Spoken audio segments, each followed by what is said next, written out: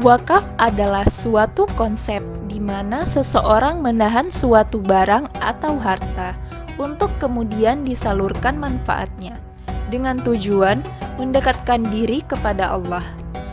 Dalam praktiknya, wakaf dapat berupa penyerahan harta yang tahan lama, seperti tanah atau bangunan yang kemudian dimanfaatkan oleh orang lain untuk kepentingan umum, seperti pembangunan masjid, sekolah, pondok pesantren, perkebunan, perkuburan, dan lain-lain yang diniatkan untuk kesejahteraan dan kepentingan umat.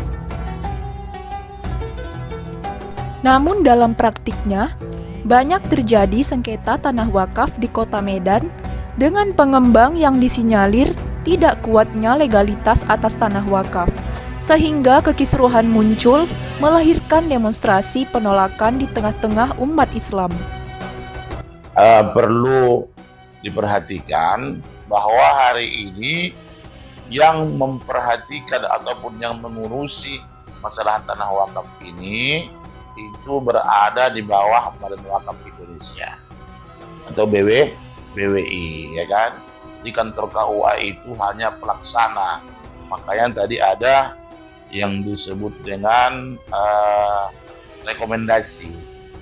Di setiap orang BWI itu akan menerbitkan yang disebut dengan najir wakaf ataupun mengurusi masalah akta tanah wakaf, maka itu semuanya mereka harus memiliki rekomendasi dari kantor KUA.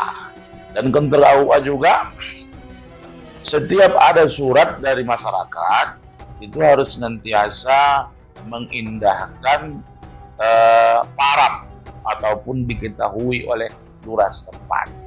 Lantas, apa kendala sehingga pengurus tanah wakaf tidak mengantongi dokumen resmi dari awal? Tantangannya adalah banyak orang-orang itu enggan untuk mengurus. Ya, kenapa keengganan muncul? Dan yang saya lihat itu faktornya karena mungkin secara pribadinya dia nggak mendapat keuntungan. Gitu dia kan? Apa untungnya sama saya? Gitu dia kan? Makanya dia tidak mau mengurus, gitu kan? Baru yang kedua, banyak sudah yang memiliki akta ikrar wakaf, gitu kan? Lalu para pengurusnya itu banyak yang meninggal dunia, gitu. Iya, yang meninggal dunia. Jadi banyak di antara masyarakat ini tidak tahu mengawali dari mana, mengawalinya dari mana untuk menyelesaikan ini, gitu kan? Karena najir wakaf yang lama itu sudah meninggal dunia, ya kan? Lalu dia tidak memberikan aba-aba apapun. Seharusnya kalau sudah meninggal dunia seorang pengurus najir wakaf, itu pengurus yang lain yang masih hidup harus mengajukan, harus manggil masyarakat, langsung mengajukan untuk bergantian, kan gitu kan? Ini enggak dibiari gitu aja. Bahkan ada di salah satu tanah wakaf itu udah meninggal semua apanya, najirnya, kan gitu dia kan. Jadi seperti itu, gitu kan. Baru tantangan yang ketiga, mungkin mereka berpikiran ya mengurus tanah wakaf itu harus dana, gitu kan. Dana karena apa? Karena memang satu, kita kesana kemari kan pakai minyak, kan gitu dia kan. Baru yang kedua, tersitalah waktu kita karena kita bekerja.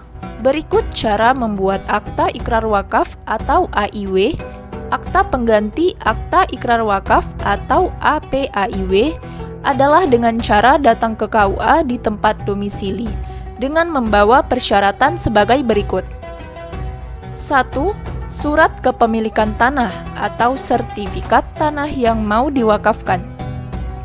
2. Surat pernyataan wakif untuk mewakafkan tanahnya, disertai persetujuan ahli waris bermaterai disaksikan oleh 2 orang saksi. 3. Surat keterangan kepala desa tentang tanah wakaf bermaterai. 4.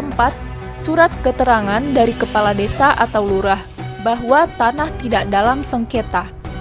5. Surat persetujuan wakaf dari suami atau istri atau ahli waris bermaterai. 6. Fotokopi KTP wakif. 7. Fotokopi KTP saksi-saksi, minimal 2 orang saksi. 8. Fotokopi KTP nazir. Kemudian ikuti prosedur sertifikasi tanah wakaf tanah di BPN atau di kantor pertanahan. Melampirkan 1. Permohonan lengkap, blanko dari Badan Pertanahan ditandatangani Ketua Nazir. 2. Surat pendaftaran tanah wakaf atau W7 dari KUA. 3. Ikrar wakaf atau W1. 4. Akta ikrar wakaf atau W2. 5. Salinan akta ikrar wakaf. 6. Surat pengesahan nazir dari KUA. 7. Fotokopi PBB terbaru tanah wakaf. 8. Surat kuasa. 9. Surat kepemilikan tanah atau sertifikat tanah yang mau diwakafkan. 10. Surat pernyataan wakaf dari wakif. 11. Fotokopi KTP wakif. 12. Fotokopi KTP saksi-saksi. 13. Fotokopi KTP nazir.